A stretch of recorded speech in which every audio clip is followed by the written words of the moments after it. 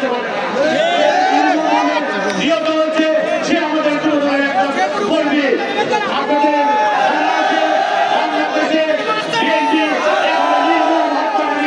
আপনাদের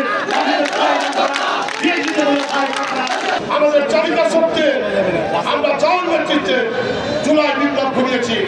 আমাদের সেই নেতা তারেক রহমান আমাদের নেতা। আজকে যারা বিশৃঙ্খলা সৃষ্টি করছে, চোরা হত্যার রাজনীতি যারা করেন, তারা আজকে বিশৃঙ্খলা সৃষ্টি করছে।